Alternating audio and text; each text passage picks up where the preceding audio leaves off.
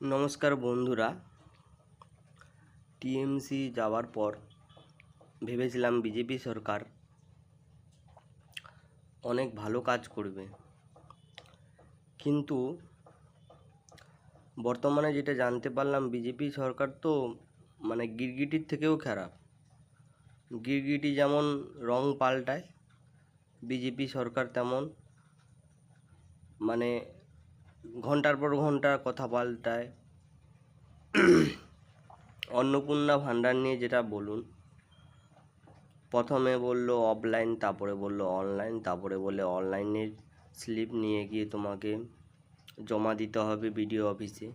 সে না হয় সবই ঠিক আছে, কিন্তু প্রথমে অন্নপূর্ণা ভাণ্ডারে কি বলেছিলেন যে যারা ভোটার, যাদের এসআইআরে নাম আছে এমন মহিলা যাদের 25 থেকে 60 বছরের মধ্যে বয়স, যারা ভোট দিয়েছেন তারাই অন্নপূর্ণা ভাণ্ডার পাবেন।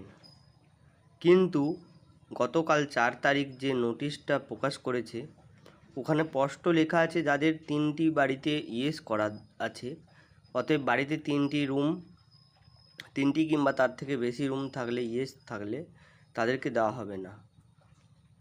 তা বলুন, 3টি রুম এখন কাদের বাড়িতে নেই?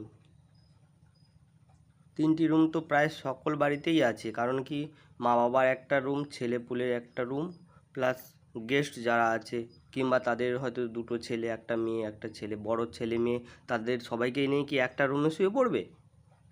রুমের একটা প্রাইভেসি আছে না?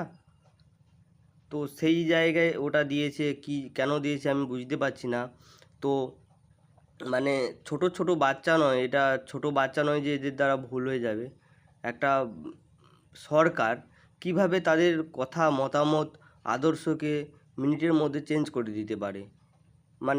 2 মাসের মধ্যে যদি তাদের কথার এমন অমত বা অমিল থাকে, কথা এক কাজ এক, তাহলে 5 বছরের মধ্যে এরা রাজ্যটাকে কোথায় নিয়ে যেতে চলেছে?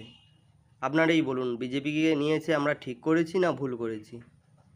মতামত রাখবেন দর্শক, এবং ভিডিওটা যতদূর পারেন শেয়ার করে দিন যারা যারা অন্নপূর্ণা ভাণ্ডারে টাকা পাননি। ভিডিওটা অবশ্যই শেয়ার করে দিবেন, এবং সরকারের এই দ্বিচারিতা এবং মিথ্যাবাদিতার বিরুদ্ধে অবশ্যই আপনারা অ্যাকশন নিন, না তো সরকার মন মতো যা ইচ্ছা তাই করবে, আপনাদের পরিশান করবে, হ্যারাসমেন্ট করবে। অতএব শেয়ার করে দিন, লাইক, শেয়ার, কমেন্ট অবশ্যই করেন।